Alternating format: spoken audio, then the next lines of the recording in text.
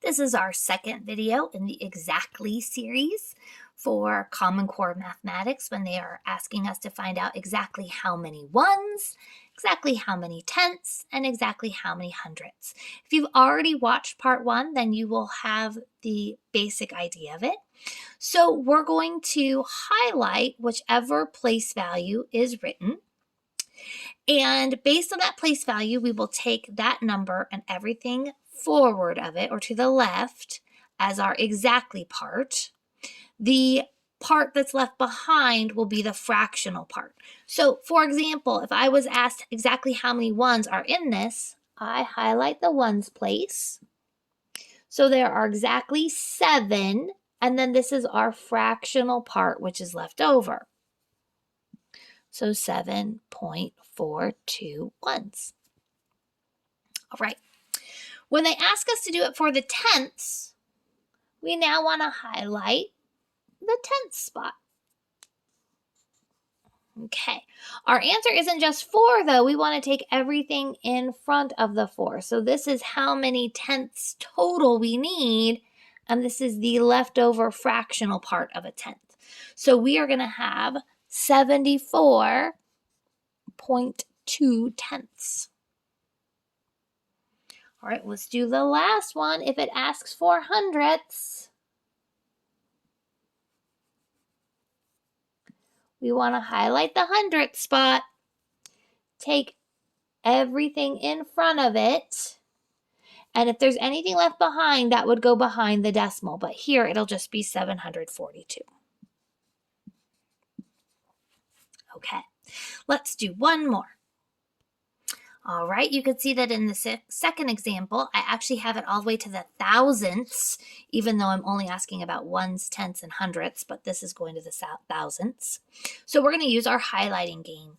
So exactly how many ones? I would take the 3 and anything forward of it as my whole part. This is the fractional part that's left over. So it's going to look the same. All right. For the tenths spot, we're going to spotlight the tenth spot and take everything in front of it. So we would need 36 tenths, and this is the fractional or decimal part left over. So here I'm going to have 36.51. All right, let's now highlight the hundredths. So if I'm going to highlight the hundredths, I'm going to take the 5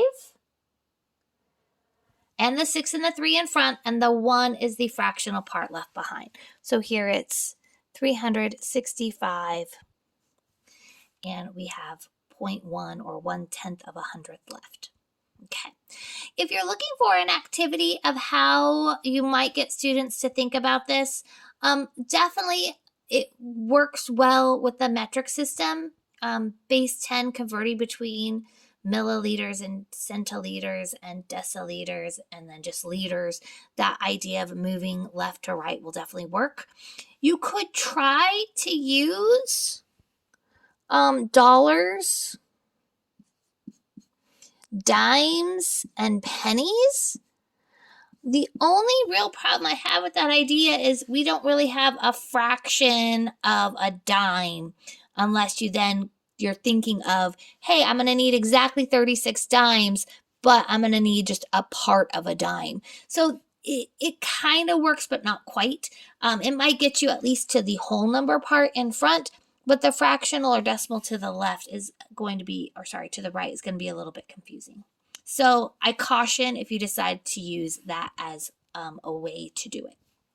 All right, I hope this helps with the exactly homework. Good luck.